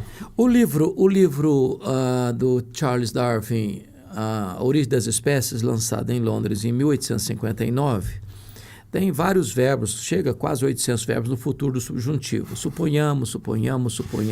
Sim. A teoria da evolução é apenas uma suposição? Absolutamente certo, pastor. Alguns dizem assim, olha, a teoria da evolução é uma mera teoria. Não, nunca ela não alcançou o status de teoria. Ela é uma mera suposição. Você lê o livro inteirinho do Charles Darwin, como eu li, todo mundo do design inteligente leu, muitos acreditam na evolução piamente, inclusive dentro das nossas igrejas, mas nunca leram o livro A Origem das Espécies. É como você falar mal da Bíblia e nunca ter lido a Bíblia. Quando você vai ler o livro, você percebe que Charles Darwin não tem sequer uma única evidência científica. Ele diz, eu acho, né? Como muito bem falou sobre o tempo dos verbos que ele usa, eu acho que modificações ao longo de milhões de anos sofisticaram a vida. E eu acho que eu tenho um grande problema. O registro fóssil, por exemplo, não mostra as formas transicionais, mas as evidências virão no futuro. Bisbilhotaremos o registro fóssil e encontraremos as formas transicionais. Descobriremos qual foi esse processo de modificação e descobriremos que a Terra tem milhões e milhões de anos. Reverendo, passaram-se mais de 150 anos. O que acontece hoje no registro fóssil? Stephen Jay Gould, um dos maiores paleontólogos de todos os tempos, disse, cara, isso não se vê nas rochas. A gente só vê os nódulos, os extremos, a gente vê chimpanzé, a gente vê humano, mas nunca foi encontrado sequer uma forma transicional. As modificações que Darwin sugeriu são as mutações. Mutações são defeitos, e defeitos causam defeitos. Os milhões e milhões de anos, hoje a gente já sabe que o universo é jovem. As fotos do James Webb deixaram muito claro. A vida na Terra é jovem, a Eva mitocondrial, o Adão Y. Então, foram-se as mutações, foram-se os milhões de anos. A seleção natural, ela só ceifa o mais debilitado. Ela não preserva o mais apto. Na pandemia... tá todo mundo vivo aqui, né, pastor? Você tá vivo aí? Espero. Esse cara ali... Tem uns caras meio parecendo que tá meio só meio vivo, mas tudo bem. Aquele ali parece meio zumbi, né, pastor? A Paquita ali tá viva também? Tá vivo. Por que nós escapamos da pandemia? Alguém desenvolveu um novo sistema imunológico? Um novo filtro? Para filtrar o ar, não precisa nem mais usar máscara? Absolutamente não. A gente só escapou porque a gente é menos debilitado. Quem foi ceifado na pandemia? Os que tinham mais comorbidades, infelizmente, não é? Muitos dos nossos familiares. Então, a seleção natural na pandemia mostrou o que ela sempre fez e sempre fará. Ela ceifa o mais debilitado. Ela nunca... eu brinco. Se você precisar de asas para sobreviver... O que um bom cristão faria se ele precisa de asas para sobreviver? Ele tem que fazer aquela oração clássica, né, pastor? Senta no cantinho, faz uma meditação, fala, Senhor, receba-me na sua glória. Porque asas nem tomando Red Bull, né, pastor? Não tem jeito. Não tem jeito. Só no sonho. Então, já mostramos no design inteligente que o limite da diversificação está nas famílias. E você tem pequenas modificações, né, dos caninos, os felinos, mas você não tem como evoluir. Então, é um processo... o que Darwin sugeriu foram meras sugestões e nunca, na história da ciência, nenhuma evidência foi confirmada em favor da evolução. Então, nem sequer ao status de teoria, ela deveria ter sido elevada. Então, ela nasceu como uma mera sugestão, sobreviveu como uma mera sugestão, morreu já, porque a gente sabe, nós do design inteligente sabemos, os evolucionistas também sabem que ela morreu sem evidências. E eles estão tentando procurar outro modelo, mas tá difícil, hein, pastor? Tá difícil, hein? Muito. Ô Marcos, há menos de uma década, o Richard Dawkins, chamado de o patrono dos agnósticos ou ateus da Inglaterra, publicou um livro que provocou muito barulho, né? Muito ruído. Deus, um delírio. E eu escutei de algumas pessoas mais assim, audaciosas, agora pronto, agora Deus está banido mesmo, agora a Bíblia vai para a vala do esquecimento. Me parece que o livro está meio esquecido e a Bíblia continua sendo impressa, traduzida, divulgada. Como é que é esse negócio? Pastor, vamos fazer o desafio da biblioteca, eu digo. Tá. Põe a Bíblia assim numa biblioteca e coloca os livros de ciência, os melhores que vocês puderem encontrar por aí, tá bom? Coloca tudo do lado da Bíblia assim, ó. Bioquímica moderna, teoria, cosmologia e tudo mais. Vamos esperar 100 anos. Daqui 100 anos, o que acontecerá? Todos esses livros científicos já estarão envelhecidos. Obsoletos. Muita coisa que falaram aí, vão ler lá, falam, olha a geração espontânea, olha a evolução de Darwin, já morreu há muito tempo. Olha a cosmologia, a teoria do Big Bang, que diz que é um modelo extremamente sólido, diz que a idade do universo é 13,8 bilhões de anos, mais ou menos 0,02. Olha que precisão, hein, pastor? Já estão querendo duplicar a idade. E a Bíblia continuará firme e forte, estabelecendo a boa ciência da palavra de Deus. Então, o Dawkins escreveu o delírio, quem teve foi Dawkins. Qual foi o autor, o cientista que refutou? Linux. Yeah. Sensacional. Eu tive um debate com ele na Universidade Presbiteriana. Que legal. Ele teve aí, né? O Augusto Nicodemos organizou os simpósios Darwinismo hoje. Eu estive lado a lado com John Lennox, defendendo o design inteligente. Que legal. Aí você vai ler o livro do Dawkins, o Deus, um delírio. Ele disse assim, se você não quiser ler o livro inteiro, leia só esse capítulo. Se não quiser ler o capítulo, leia só essa página. Se não quiser, ele fala isso. Se não quiser ler essa página, leia só esse parágrafo, que é o central do meu livro. Pastor, qual é a pergunta que o Dawkins faz, que ele acha que ele desbancou Deus? Desbancou Deus. Quem criou Deus? O senhor sabe muito bem, né, como bom conhecedor de filosofia, de lógica e tudo mais, que essa pergunta não se faz. Porque quando você pergunta quem criou Deus, você torna Deus um ser criado. Ser finito. E Deus, por definição, ele não pode ser criado, né? Senão ele não é Deus. Deus é a primeira causa não causada. A filosofia já contou tudo isso. A gente tem uma sequência de causas e efeitos e necessariamente nós temos que encontrar a primeira causa não causada. É Deus. Há uma frase nessa questão aí que é muito assim, interessante. Eu já repeti algumas vezes em sermões. É preciso ter mais fé para ser um ateu do que para ser um crente. Você, como cientista, concorda com essa frase? Não, discordo. Discorda? Sabe por quê? Explica para nós. Porque a fé que eles têm não é o tipo de fé que eu tenho, pastor. Nem a sua, nem de todos nós aqui. Porque nós temos uma fé plenamente racional. A Bíblia diz, estáis sempre prontos a dar razão da vossa esperança. E a fé, lá em Hebreus 11, é convicção e certeza. Certeza das coisas que se esperam. Por que eu tenho convicção de que Jesus vai voltar? Porque ele esteve entre nós, ele deu provas de que ele era Deus. Ele ressuscitou a Lázaro, ele deu vida aos mortos, ele curou os cegos de nascença, ele andou sobre as águas. Então, é nessa confiança que eu tenho num Deus que esteve entre nós e mostrou que ele era Deus, que eu posso ter certeza dos eventos futuros. Tá. Agora, o ateu quer que o nada, pegou o nada. E o que ele queria fazer com aquele nada? Nada, né? Mas ele pegou o nada para nada, por nada e bum, criou tudo. Que o urso nadando de boca aberta virou baleia. Darwin escreveu isso no seu livro.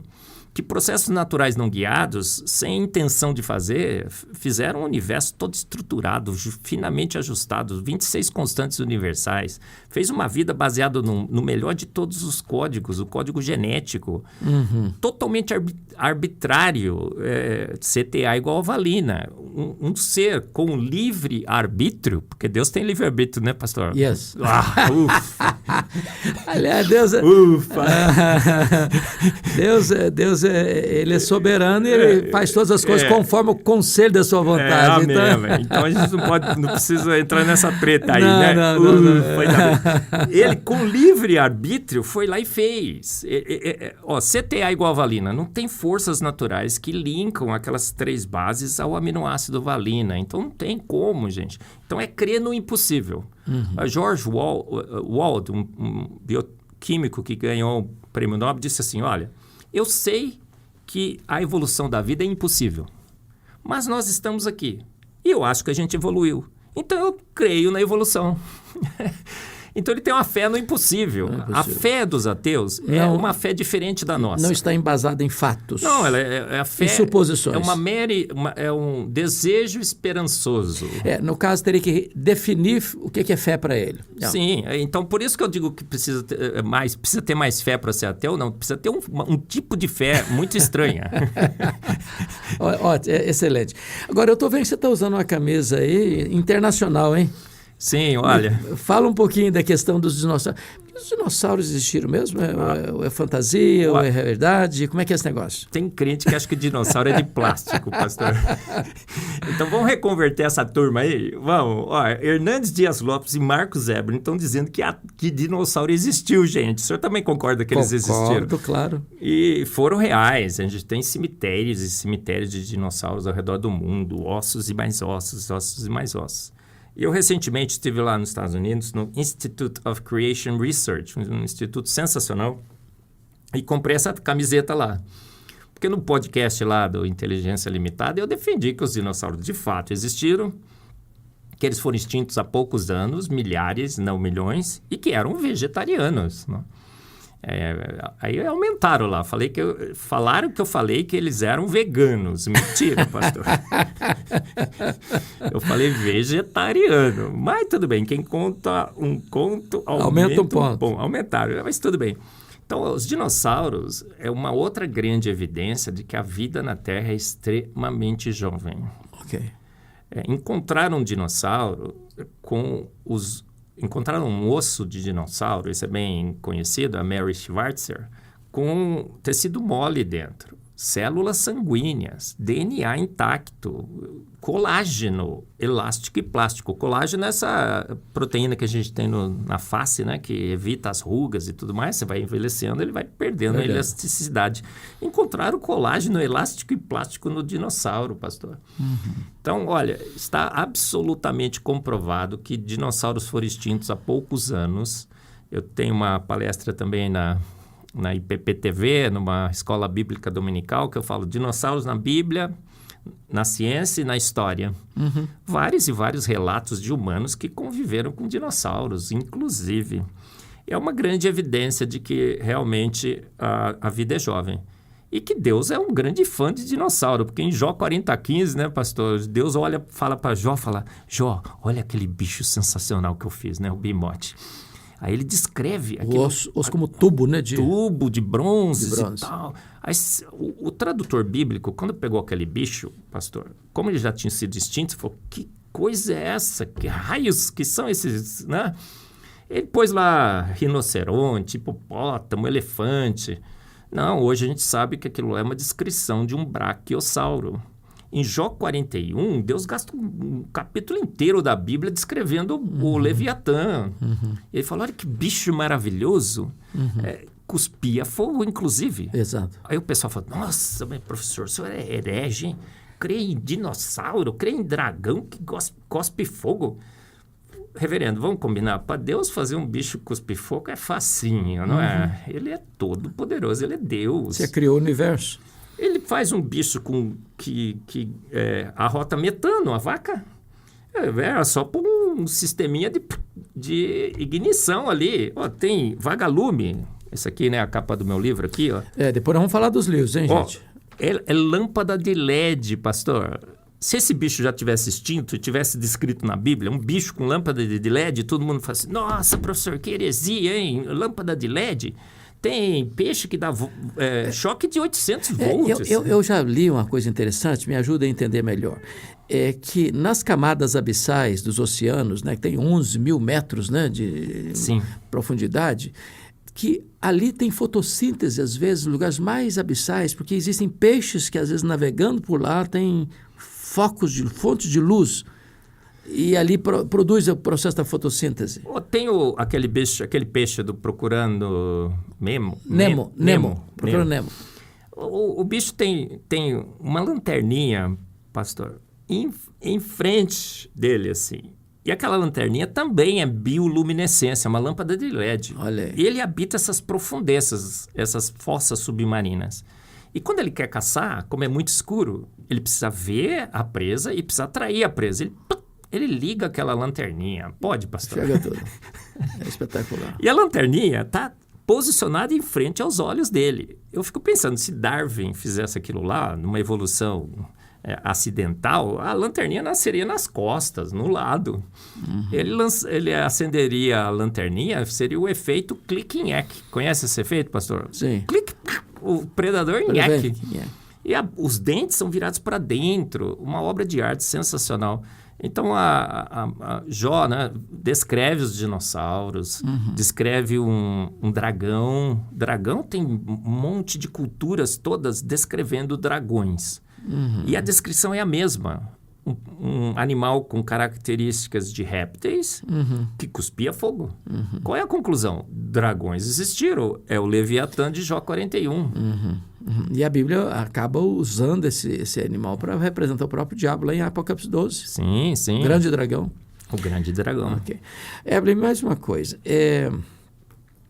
Quando você fala em design inteligente, você é uma autoridade no assunto, para a pessoa que às vezes não tem tanta familiaridade com a questão científica, o que é que nós poderíamos trazer de simples, claro, evidente, eloquente para a pessoa entender o chamado DI, Design Inteligente? O que é isso?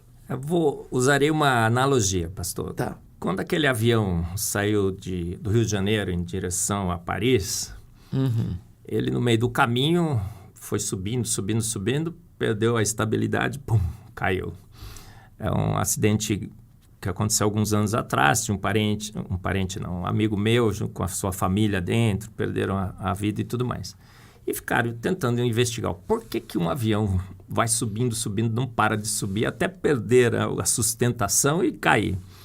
Havia algumas possibilidades. Olha, foi uma tempestade, congelou lá o sensor, um erro mecânico, ou uma ação inconsistente, incoerente, né, imprudente de um dos pilotos. Ou seja, teve um acidente e haviam duas causas possíveis. Uma causa natural, poderia ter sido uma causa natural. Uma natural, uma técnica e uma humana. A técnica seria natural também, ou humana. Alguém com vontade de que aquele avião caísse, pode ser que ele foi lá e derrubou. Pode ter sido um terrorista também. Então, duas possibilidades. Para todo efeito nessa Terra, nós só temos duas possibilidades. Ou é uma causa natural, ou é uma causa inteligente. E isso que a ciência tem que fazer. A vida existe. O universo existe. Ou foi uma causa natural, ou foi uma ação inteligente. Como no avião, quando a gente procurou. Foram investigar direitinho e perceberam o quê? Que tinha congelado lá o sensor. E o pessoal achava que estava caindo e, na realidade, estava subindo. Então, foi uma causa natural, um congelamento do sensor. A mesma coisa a gente faz para a vida no design inteligente. A gente fala, temos a vida aqui. Qual é a causa? Será que foram processos naturais ou foi uma ação inteligente? O design inteligente diz o seguinte, olhando todas as evidências, a gente percebe claramente que a vida, o universo e a Terra não são produtos de causas naturais. Uma ação inteligente fez o universo, fez a vida, fez a Terra e os fez prontos. E temos evidências na ciência para optarmos por essa causa inteligente.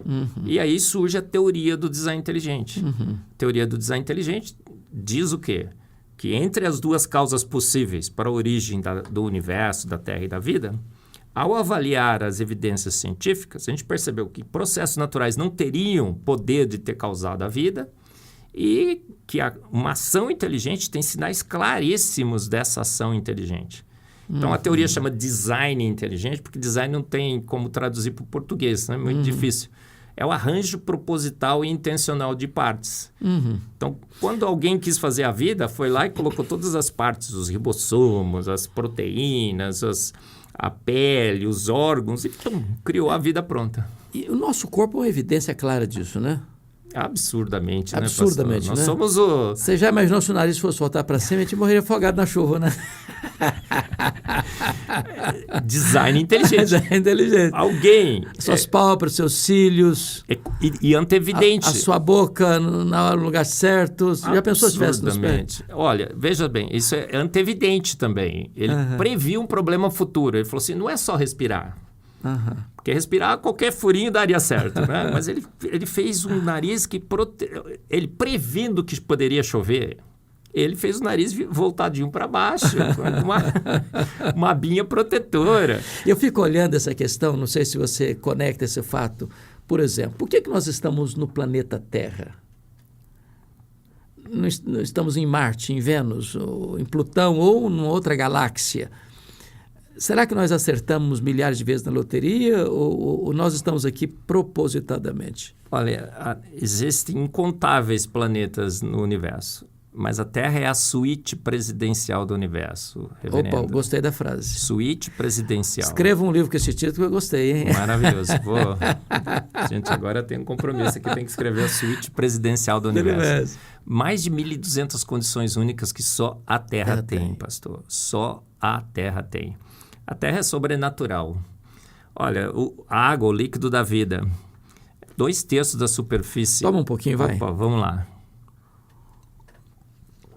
Aí a gente toma água, né, pastor? Fala assim, insípida, inodora e incolor. A gente fica achando que a água é um mero líquido, sem gosto, sem cheiro e sem sabor. Mas é maravilhoso. Já pensou se a água fosse verde, pastor? Que desgraça, né? Guarani, pastor. Ah, meu Deus, eu sabia que tinha um negócio. E tem o Palmeiras também do Arival, né? Coisa horrorosa, hein, pastor? Rapaz. Já pensou se ela fosse mal cheirosa? Ou se ela tivesse, inodora, insípida e incolor. Então, agora, ela tem 74 propriedades físico-químicas únicas que só a água tem. E ela 74? 74. Ixi, eu não sabia disso, não. E ela cobre 2/3 da superfície da Terra. E ela tem os seus 3 estados, líquido, vapor e sólido na Terra. O gelo flutua na água, não pode. A água faltou na aula de física, porque todo sólido afunda no seu líquido. É um líquido absolutamente sobrenatural. Tem um monte de milagre aqui. Por isso que eu digo, pastor, que não precisa nem colocar do lado da TV. Basta um copo d'água para provar a existência de Deus, é isso? É, porque tem gente que fala, coloca do lado da TV, que eu vou adicionar mais milagre. Já é um milagre em si. Já tem um monte, pastor. Não precisa nem mais, gente. Não precisa. Então, a Terra é absurdamente sensacional. Nós vivemos um planeta único. As assinaturas de Deus no universo, na vida, na Terra, são indesculpáveis. Deus assinou a sua obra. Ele pôs lá, made by God. Agora, que tipo de assinatura foi essa? Foi charme, beleza, perfeição, a cor. Só os nossos olhos enxergam as cores da natureza. Sabia disso, pastor? É mesmo. O pavão, por exemplo, o Darwin disse que as pavoas escolhiam um pavão mais decorado, né? E ele colorido e tal. Que enxerga preto e branco. Seleção sexual. Foram perguntar para as pavoas, o que elas escolhiam no pavão. Qual foi a resposta? Será que as mulheres aqui, se entrar um garoto aqui todo apavoado, colorido, decorado, não é isso que as mulheres escolhem nos homens. A resposta foi acoustic sign, pastor. Que em bom português é boa cantada. Por isso que eu digo que tem tanto homem feio casado com mulher bonita. Aqueles dois são casados ali? Não, deixa eu ver. Não, é melhor você não entrar nessa área.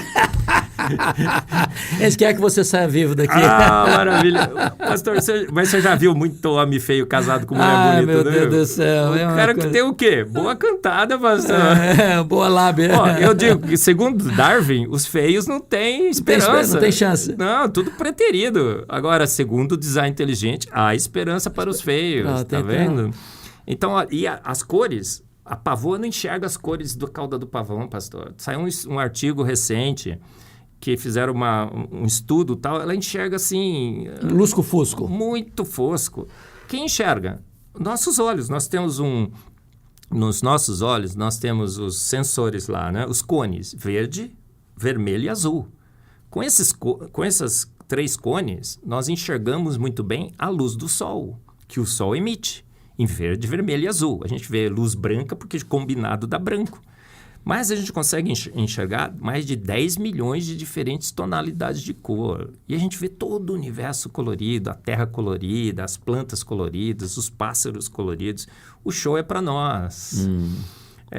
Eu digo que Deus, no meu Evangelho de Marcos 1:1, o senhor já leu, reverendo? Começa assim, né? Deus é exibido e exagerado e muito bem humorado. Ele se exagera, se exibe. Aliás, lá em Romanos 1:20, né? Os atributos de Deus. Invisíveis de Deus. Invisíveis de Deus. Mostram a existência dele. Seu eterno poder e divindade. Ele assina o quadro todo dia, no amanhecer, no entardecer, na flor, no sorriso de uma criança, nas coisas simples e grandes e complexas. São claramente vistos. Claramente vistos, assim, é evidente. É evidente demais. Você não está vendo, cabeção, né? É mais ou menos assim. Já passou pela sua cabeça essa pergunta? São tantas evidências, e por que no meio acadêmico, por exemplo, onde se estuda, onde se pesquisa, onde se perquire, onde se examina, ainda tem uma maioria de gente que nega essas evidências? Por quê? Qual a causa disso? Olha, não sei se é maioria, reverendo. Eu acho que eles fazem muito barulho. Mais barulho do que realidade? Não é a maioria. Acho que até hoje ainda não. Eu tenho muitos colegas que chegam no meu cantinho e falam assim, Marcos, super, só não posso ser igual você, senão... né? É mesmo? Muitos. Se acovardam. Mas eu não sei exatamente quanto é. Eu acho que a gente diz que quando o design inteligente se tornar a teoria, o novo paradigma sobre as nossas origens, e isso está prestes a acontecer, um monte de acadêmico vai falar assim, nossa, mas eu também defendi o design inteligente. Era evidente que era por design inteligente. Então, eu não acho que é a maioria. Mas o que aconteceu na academia, reverendo? Em 1859, quando Charles Darwin escreve seu livro, havia um movimento muito forte de desvincular a ciência de Deus. Eles não queriam que Deus mais colocasse seu pezinho lá. O iluminismo, o positivismo. E pela primeira vez na história da ciência, Darwin dá racionalidade ao ateísmo. Porque o ateísmo é uma loucura, é um delírio. Mas a teoria de Darwin aparentemente trouxe racionalidade. Não trouxe, porque nem teoria era. Era uma mera suposição. Mas eles falaram, não, agora a gente tem alguma coisa racional. Para pegar. Aí surge o Clube X, Huxley coordena o Clube X, ele começa a introduzir em todos os currículos de todas as disciplinas na Inglaterra a evolução, começa a dar prêmios para os evolucionistas e a ciência começa, então, a migrar para o naturalismo, o ateísmo, o evolucionismo. E isso foi sendo construído, ainda está sendo construído por 150 anos. Só que não contavam com a nossa astúcia, né? Da astúcia de Deus, né? Eu digo que Deus foi dando corda, pastor. Entendi. Foi dando corda. Mas quando ele puxa de vez, não é assim? A Bíblia diz que é assim. E aí Deus se cansou dessa história. E ele está recuperando para ele o que dele sempre foi, a ciência. Exato. Ele falou, calma, chega, gente. Já essa brincadeira foi longe demais. Eu vou levantar grandes cientistas ao redor do mundo com grandes e grandes evidências de que fui eu que fiz. Ótimo. Ele falou, NASA, vai lançar um telescópio agora, tá? Lança aí. A minha tese é essa, Deus dirige a ciência. Amém. E ele falou, cientistas da NASA, vocês vão achar que vocês querem comprovar o Big Bang, mas na realidade vocês vão provar que a Bíblia tinha razão. Manda um James Webb tirar uma foto. O Robert Williams, o diretor do programa Hubble, quando ele tira a primeira foto com o Hubble, ele tinha 100 horas para tirar a foto que ele quisesse. Ele decide tirar essa foto, que é conhecida hoje como Hubble Deep Field, a mais espetacular da história da ciência. Ele aponta o telescópio para um ponto escuro do universo. Aí os amigos dele falam assim, olha, qual era o nome dele? Robert Williams, Bob, você vai perder seu tempo. Porque essa foto vem luz do começo do universo, da Idade das Trevas, da Era das Trevas, Dark Ages. E não vai ter nada na foto, vai ter lá uma estrelinha, uma galaxiazinha qualquer. Ele fala, vou pagar para ver. Da onde surge isso? Que loucura é essa? Você tirar uma foto, você tem 100 horas no telescópio mais caro do mundo. Fica imaginando quanto custariam essas 100 horas. E ele arrisca tirar uma foto que não vem nada, um negro, não é? Uma foto preta qualquer, sem nenhuma informação. Ele tira a foto, vem a foto prontinha, o universo todo estruturado. Aí vira as manchetes no mundo. Pânico, desespero. Foi-se o Big Bang. Olha, se foi-se o Big Bang, foi toda a evolução. Se o universo é jovem, não teve tempo para evoluir o cosmos, não teve tempo para evoluir a química e a bioquímica. Aliás, me parece que o universo está num processo não de evolução, mas de... Involução. Fala um pouquinho sobre isso. Deus, quando termina a sua obra, diz o quê, pastor? Muito bom. Muito bom. Depois do muito bom de Deus, tem como melhorar? Vamos combinar? Dá para fazer upgrade? Dá para fazer upgrade. Tem crente que é microevolucionista, pastor. Como é que é isso? Fica achando que processos naturais não guiados podiam melhorar a obra de Deus. Tem como? Um pouquinho, mas melhorou. Não tem, pastor. Não tem. Depois que terminou, é só ladeira abaixo. A gente está evoluindo. E a ciência prova isso. Prova? A gente está acumulando 50 a 100 mutações deletérias por geração. Todo filho é 1 a 2% pior que seu pai. Em capacidade motor, intelectual. Os grandes gênios da humanidade estão vivendo entre nós? Absolutamente não, estão no passado. Os grandes filósofos, os filósofos gregos, até hoje a gente ensina filosofia grega nas nossas universidades. É verdade. Os grandes construtores, as pirâmides do Egito, até hoje a gente está descobrindo como é que eles fizeram aquilo. É uma coisa incrível. O relógio de Antiquítera, encontraram, acho que 200, 300 anos antes de Cristo, pelos gregos, previa eclipse. Tinha tanta engrenagem lá que a gente ficou 25 anos tentando descobrir como é que fizeram aquilo. Uhum. Agora a gente está evoluindo, assim, né? Ladeira abaixo. Ladeira abaixo. Tá igual Ponte Preta. Não, a Ponte Preta evoluiu, pastor. Ganhou aí, ganhou o campeonato. Eu acho melhor vocês torcer pro Flamengo, viu? O Flamengo está em decolé, né? Ela tá encostadinha. Ela está encostadinha ali. Então, nós temos realmente várias e várias evidências de que tudo está evoluindo e nada melhorando. A microevolução, toda vez que você se diversifica, você saca do pool genético. Alguém já tirou algum dinheiro no banco alguma vez e o saldo ficou igual? Ou aumentou? Não, toda vez que a gente saca... vai ficar... É a mesma coisa na vida. Você se diversificou, você gastou. Entendi. E quanto mais você se diversifica, você está gastando, não tem microevolução, é microinvolução, e até chegar ao ponto da extinção. Porque chega no limite que você não consegue mais diversificar, será extinto. Veja bem, você hoje compartilhou com a gente tantas coisas importantíssimas, tantas informações preciosas, mas eu estou vendo que você tem 3 livros sobre a mesa e você compartilha isso com detalhes, e quem está nos assistindo pode ler esses livros e poder ter esses argumentos escritos com clareza, com eloquência. Fala um pouquinho dessas 3 obras, por favor. Essa foi a primeira, pastor. O Fomos Planejados, acho que porque ela ali, né? Acho que fica melhor. A maior descoberta científica de todos os tempos, eu escrevi há alguns anos e a gente publicou primeiro com a editora Mackenzie, depois foi para a Coval e agora estamos em parceria com o Maluco Beleza lá, né? O Arival. Nosso amigo. O Ezion. Uma forte concorrente com a Amazon, não é isso? Sim, com certeza. E é um best-seller, o selo best-seller aqui. Tem mais de... Agora deve ter dado umas 50 mil cópias vendidas. Maravilha. Outro dia ele estava em número 2 em Química na Amazon. Que maravilha. Só perdemos por uma tabela periódica, reverendo Mendeleev. Que legal. E é um compêndio do design inteligente, muito legal. Esse aqui é o Antevidência... Esse é mais recente, foi lançado agora, né? Isso, também em parceria com a Ezion.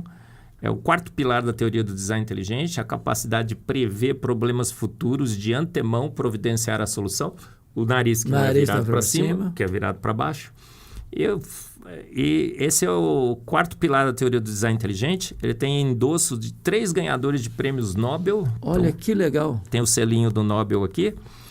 Quando ele foi lançado nos Estados Unidos, ele saiu primeiro em inglês, Foresight. Ele ficou entre os 1000 mais vendidos da Amazon nos Estados Unidos. São 67 milhões de itens títulos que a Amazon nos Estados Unidos vende. Ele ficou entre os 1000 mais vendidos. Glória a Deus. Naquele dia, pastor, eu fui ver se o Paulo Coelho estava na lista. Ele não estava. Não estava na lista, e você estava lá, glória a Deus. Ganhei do Paulo Coelho. Ele agora, semana passada, esteve em número 1 aqui no Brasil em bioquímica. Que legal. Aí eu fui olhar quem estava em segundo. Quem estava em segundo? Charles Darwin com a origem das espécies. Ganhamos do Charles Darwin, pastor. E esse aqui é o duelo científico do século. São caricaturas. Uma imagem vale mais do que 1000 palavras, não é? Que legal. O coral de Darwin aqui, tá vendo? No coral você pode cantar a música que você quiser, desde que seja em louvor a Darwin. E foi preparado mais para os nossos jovens, adolescentes, preparando para esse embate nas universidades. Olha, eu quero registrar aqui a minha gratidão profunda. Nós estamos aqui nos estúdios de Luz para o Caminho, LPC, e o Marcos está abrindo o nosso podcast, HDL Podcast. Estamos aqui com uma equipe grande da LPC, acompanhando a gente, e eu quero fazer esse registro de gratidão a Deus pela nossa equipe LPC e pela sua presença aqui conosco. A sua presença nos honra muito. Temos a alegria de ter você lá na Igreja Presbiteriana de Pinheiros. Eu já ouvi você algumas vezes lá e me enriquece muito o seu conhecimento e a sua fidelidade, não só à ciência, mas entendendo que a ciência e a Bíblia caminham juntas. E eu gostaria agora de dar a oportunidade a você de dar suas palavras finais, aquilo que você acha que é relevante reafirmar aqui, pontuar aqui para nós. Pastor, reverendo, amigo Hernandes Dias Lopes, o privilégio e honra são todos meus. Né? Privilégio imenso de estar aqui inaugurando o HDL, o segundo melhor do Brasil, né, pastor? Porque só perde pro Arival Cast. Mas não posso concorrer com ele. Nem eu posso falar, senão aquele maluco beleza me expulsa. Outro dia eu fui falar um negócio que não tem estrela verde porque o Palmeiras não tem mundial. Ele falou assim, Marcos, última vez que você fala aqui na minha igreja. Mas um privilégio imenso, uma honra imensa. Espero que Deus use esse seu podcast, reverendo, como Deus o tem usado. Amém. Amém. Como uma referência no Brasil. Obrigado. A voz que proclama a verdade. Amém. E todo lugar que a gente vai, fala, você é da igreja do Arival? Eu falo assim, mas você é da igreja do Hernandes Dias Lopes. Eu falo, sim, olha que privilégio. Obrigado. Acho que Deus tem te dado esse dom, né, reverendo, de falar com toda essa propriedade que você fala. E eu assisti vários dos seus cultos e eu fico tentando... qual é o segredo da oratória desse homem, né? Meu Deus. E eu fico copiando algumas coisas, viu, reverendo? E Obrigado. coisas, assim, a gente vê que é por Deus, né? Que Amém. Deus nos capacita. Somos pó, mas Deus nos capacita. E que Deus use esse podcast para propagar ainda mais a verdade. Amém. E Amém. que a gente possa chegar na glória, né? E olhar para trás e falar, puxa vida, Deus nos usou nesse ministério. Amém. Então, que Deus o use ainda mais aqui nesse podcast, que é uma ferramenta sensacional, descontraída de transmitirmos a verdade. E a verdade está na palavra de Deus, reverendo. Ela é literal, ela é toda fato, ela é consistente, coerente. Ela é totalmente compatível, ela bate 100% com a boa ciência. Então, que a gente possa também remover esses compromissos que fizemos com ciência de homens, voltarmos à palavra de Deus, entendemos que ela é necessária, suficiente, que ela é clara, que ela é autoridade final, que ela é inerrante, a palavra de Deus, e que essa boa ciência, a ciência do design inteligente, seja cada vez mais utilizada para corroborar essa grande verdade, que boa ciência se encontra na palavra de Deus. Amém. E às vezes a gente encontra evidências que corroboram ainda mais essa nossa percepção. Então, jovens de todos do Brasil, olha, enche o peito, não é? Levante a voz. Glória a Deus. Seja o primeiro a levantar na sala de aula quando o professor fizer aquele bullying do naturalismo filosófico. Fala assim, eu, professor, não creio em Deus, eu tenho certeza absoluta. Por quê? Porque eu assisti o Hernandes Dias Lopes, porque eu aprendi teologia com ele, aprendi ciência com o professor Marcos Eberle. Pronto. E aí, professor, vai encarar? Vai encarar? Glória Então, a Deus. Deus tem dado, não é, ferramentas para os jovens combaterem as heresias desse mundo e que você use esse escudo, não é? Escudo da palavra e a espada da ciência, que está do nosso lado. Muito obrigado, muito obrigado.